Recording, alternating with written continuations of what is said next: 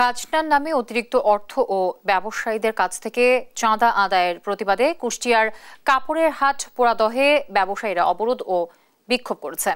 ব্যবসা প্রতিষ্ঠান বন্ধ রেখে বুধবার বেলা 11:30টায় পোড়াদহ রেল জংশন সড়কে জড়ো হয়ে ব্যবসায়ীরা বিক্ষোভ করেন। তারা বলেন, হাটের ইজারা নিয়ে ইজারাদারদের লোকজন অতিরিক্ত অর্থ আদায় করছে। এছাড়াও কাপড়ের হাটের বাইরে বাজারের অন্য সব মার্কেটে নিজস্ব দোকানগুলোতে খাজনার নামে চাঁদা আদায় করছে। এটা অবৈধ দাবি করে চাঁদা আদায় বন্ধে পদক্ষেপের আহ্বান জানান তারা।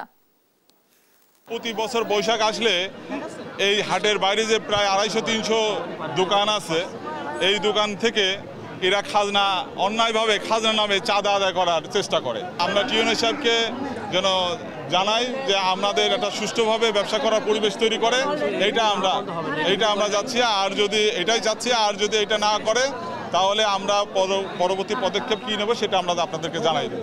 ভ্যাট ট্যাক্স দিয়ে ব্যবসা করি, আমরা বৈধ ব্যবসা করি, কেন আমরা ঠিকাদারকে অবৈধ ব্যবসা আমরা সাহায্য করবো এবং অবৈধভাবে কেন টাকা দেবো?